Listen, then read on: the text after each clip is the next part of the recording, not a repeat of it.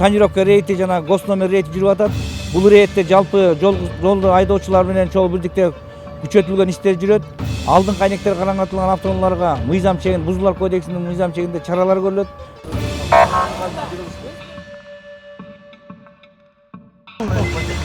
Мен башынан болуп автоунаа чыгана. Сизге жарам, рахмат. Көмөк көргөзгөнүзгө рахмат. Мен берип атам машинаны, эмне алып кетип атамбы беле? Талашкан жокмун го. Алып бер, от души беле. Мен өзүм соштоп. Команда ордосунда иштейм. Оператор болуп.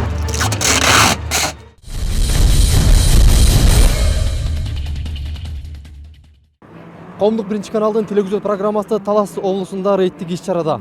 Мында Талас облустук жол кыймылдарын коопсуздугун камсыздоо бөлүмүнүн инспекторлору менен биргеликте рейдтик иш-чара жүргүзмөкчүбүз. Рейдтик иш-чарада терезелерин караңгылаткан автоунаалардын айдоочусуна жана жалган номер тагылган автоунаалардын айдоочуларына жана сөзсүз түрдө мас абалында унаа башкарган айдоочуларга чара колдонулмакчы.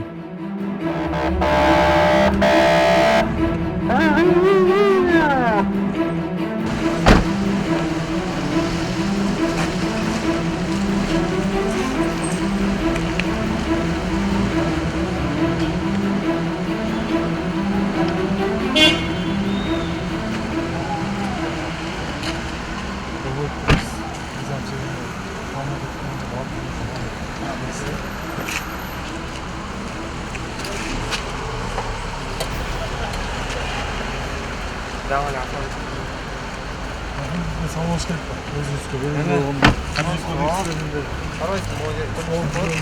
Ишенбейсиз, документти карасаңыз кечээ эме болгон да. Кечээ алсаң.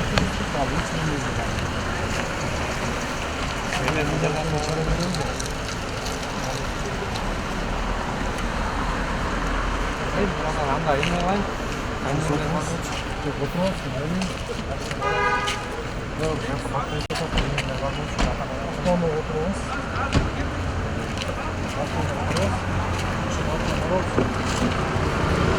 Qaysi emega, qaysi jasqa?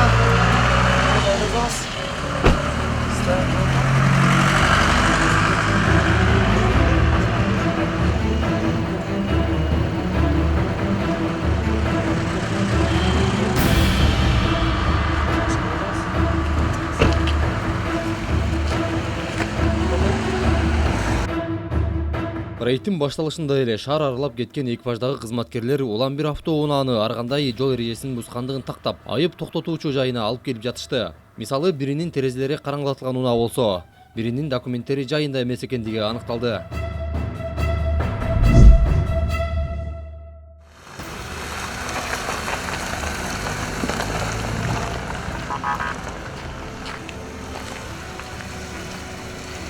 Бар, Ya, Çok var da.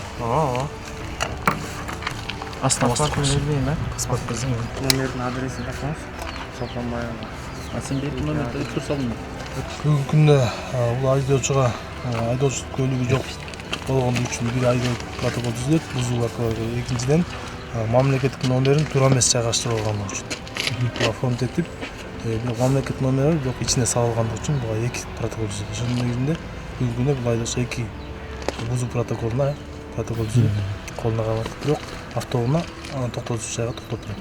Эгерде айдоочу азыр ошо айдоочулук көлүгүн алып келсе, айдоочунун автоунаасы айып туруусун чыгарылат, протокол түзүлөт. Эгерде биз ушул жерде түзүп бүткөнчө алып келгенде айдоочулук көлүгү анда чыгарылат. Эгер бүгүнкү алып келе албаса, анда качан алып келгенин штрафын төлөп алып кетет.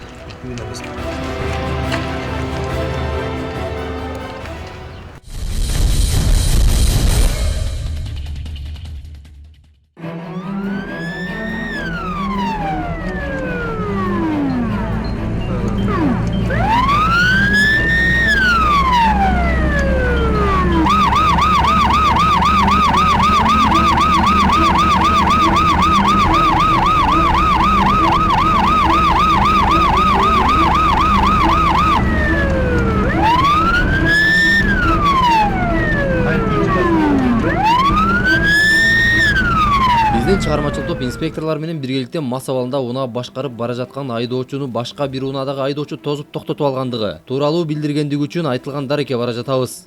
Биз келгенде жаш жигит бул жаран унаа башкарып келе жатып, жолдун оң солуна чыгып, кооптуу жагдай жараткандыктан улам токтоткондугун айтат. Ошол себептен бул жаран токтоосуз инспекторлорду чакырган. Мындан аркы окуянын өнүгүшүн назарыңыздарга салабыз. Рулдан түшүп ушуп кетишти. Ялдан ачык эле ушуп кетти. Телевизия тартып сөгүнөбүз.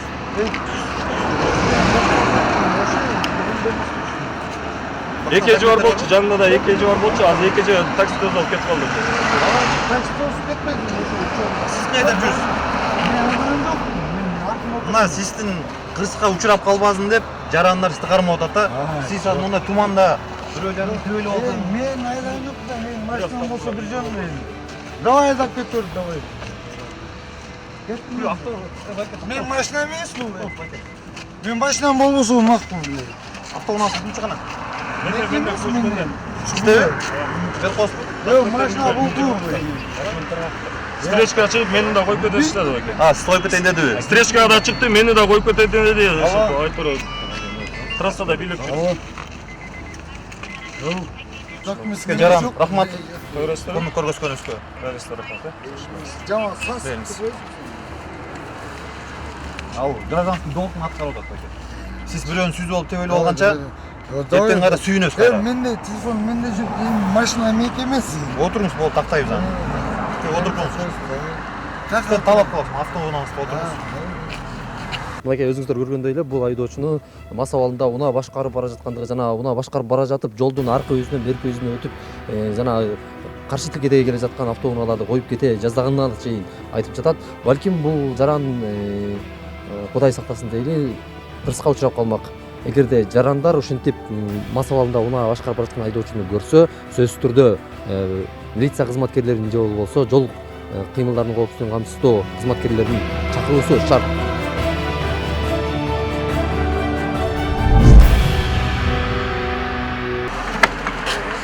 Assalomu alaykum.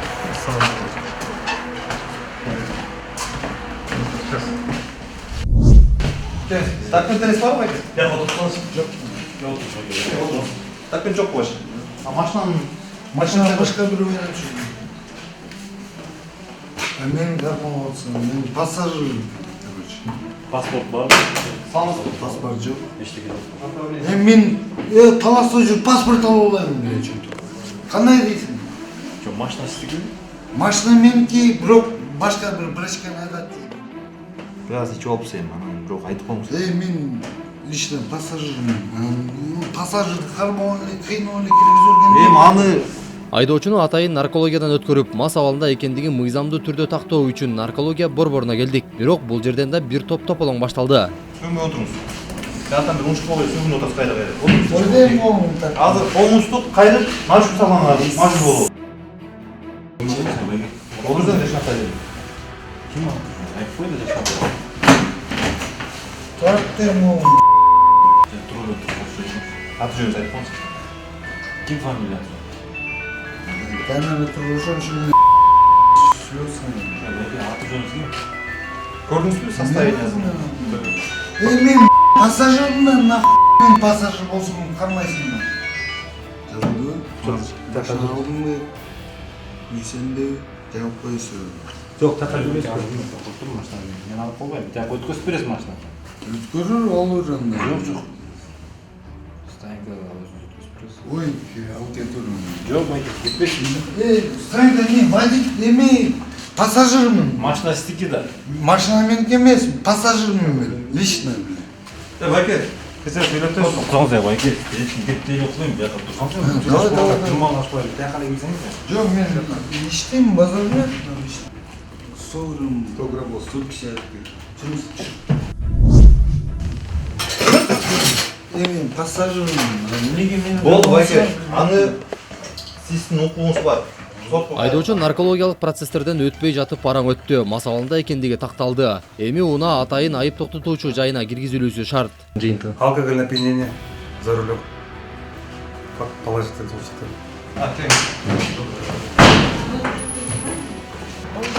Sökpеңіз ем, Байке. Сөгінбей отырсаз ем.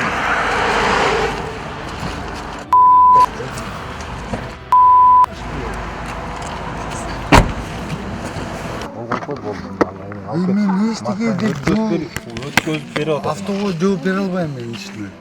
Бул жерден да жогорудагыдай эле көрүнүш орун алды. Айдоочу инспекторлорду сөгүп, унааны мен айдаган эмесмин деген өңүттү. Бирок инспектор ага бир гана суроо бергенден кийин ал тынчый түштү. Байке, азыр ноңуз чурта сиз меники эмес деп атасыз да? Машинаңыз эмне угондобу, эмнеде бул анда? Мен чурта түшүнбөй атам мен сизди. Сиздикиби машина? Эми жөн эле эки сөз сүйлөй бербеңиз да, байке. Сизден суранып атпайбы бул? Канча запаскаңыз бар машинаңызда? Жооп берип коймуштан эчтекеси жок да. Жүрүңүз ачып эле. Канакей күнүчү. Турбайм мен, берип атам машинаны, эмне алып кетип атамбы биле? Талашкан жокмун го. Алып бер, от души биле. Тырт коюңуз. Эми жашынакай адамча. Тура эле. Сөгүн. Баш тартам деген аргы. Мынакей. Эгерде бул айдоочуну ушундай бутка тура албаган мас абалында унаа башкарып бара жаткан жеринен жарандар токтотуп калбаганда, ким билет кырсыкка учурамак же бирөөнүн шоруна калмак. Андыктан урматтуу көрүүчү, эч качан мас абалында унаа башкарып бара жаткан айдоочуну көрсөңүз, кайдыгер болбой сөзсүз түрдө тийиштүү жактарга кабарлаңыз. Сиздин бир гана телефон чалууңуз бүтүндөй бир адамдын өмүрүн сактап калуусу толук мүмкүн.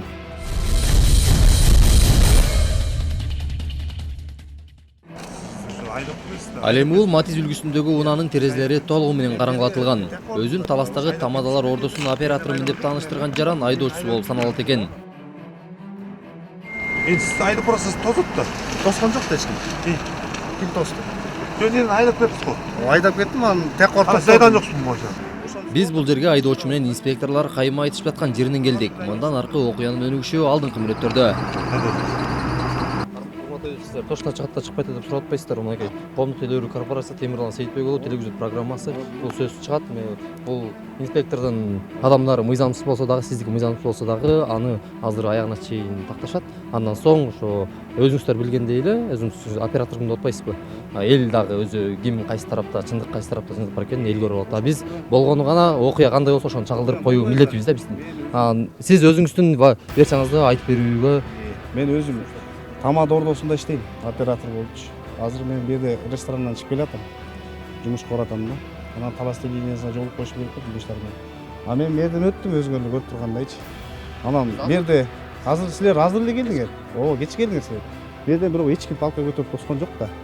Анан мен телевидениянын алдына токтодум да, мен парковкага жумушум менен.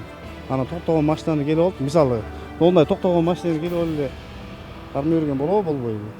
Мынакей, урматтуу телекөрүүчүлөр, айдоочу бул Таластын борбордук аянтынан автоунаамды айдап өттүм дейт. Өзүңүздөр көргөндөй, мына терезелерди бардыгы кара жылтырактар менен курчалган. Азыр инспекторлордон бул жөнүндө дагы сурап көрөбүз. Бирок дагы бир нерсени белгилеп кетишибиз керек. Айдоочу өзүнүн сөзүндө бул жерден айдап өттүм. Айдап өткөндө мен тозгон жок деп атат. Бул боюнча кандай эгер эскертүү бересиз? Бул боюнча биз передвижной ночной группа азыр иштеп жүргөнбүз. Талас областында тонировка жана гос номер деген рейд болуп аткан. Ошол рейдтин негизинде бул машина автоунаа боюнча бизге ориентировка келген 966 аянттан базарды көздөй направление кетти деп. Мен деле сыйлайм. Опытым бүткөн мен организация безопасности дорожного движения. Бирокчу эскертүү берилет. Рациядан сиздин автоунааңыздын номери келип атат. Кызыл ДУ Матиз 966. Биз базарда передвижной иштеп жүргөнбүз. Сиздин автоунааңызды айтар менен эле биз сиздин алдыңыздан встречный стак келип автоунааңызды токоп, жаңы эле токоп аткан учурда биз келдик. Туура. Мен туура айтасыз. Мен сыйлайм. Азыркы учурда биздин мамлекеттик деңгээлде гос номер и тонировка деген бул рейд мамлекеттик деңгээлде өтүп аткан рейд. Мен өзүмдүк болсочу, өзүм машинамды беречи. Мындай да байке, сизге түшүндүрүп коеюн. Сиз машинаңызды Айдоочу бир гана сөздү, тагыраагы токтоп турган унаага эмнеге протокол түзөсүңөр деп кайталап жатты. Бирок инспектор бардык жагдайды түшүндүргөндөн кийин гана муйгансыды. Бирок эскертүү бериңиз. азыр шерисаңыз. Анан муну YouTubeга сөзсүз, YouTubeга эмес, бул каналдан чыгат. Каналданмы? Анда жакшы. Каналдан чыгат, андан кийин YouTubeга коюлат. Мына.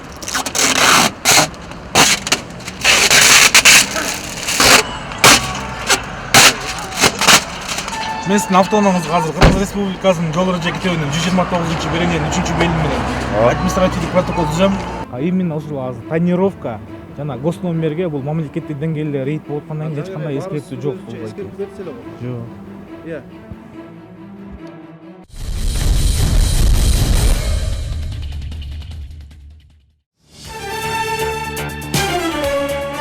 Рыспаев Байболот Аширович 1958-жылы туулган. Бул жаран үстүбүздөгү жылдын 2-октябрь күнү өз үйүнөн чыгып кеткен бойдон ушул күнгө чейин дайынсыз болууда. Байболот агабыз көп учурда акыл эстен танып, бардыгын унутуп койгон жагдайы бар. Андыктан сүрөттөгү жаранды көргөн билгендер болсо, экрандагы даректер аркылуу байланышып, жакындарына билдирип коюңуздарды өтүнөбүз.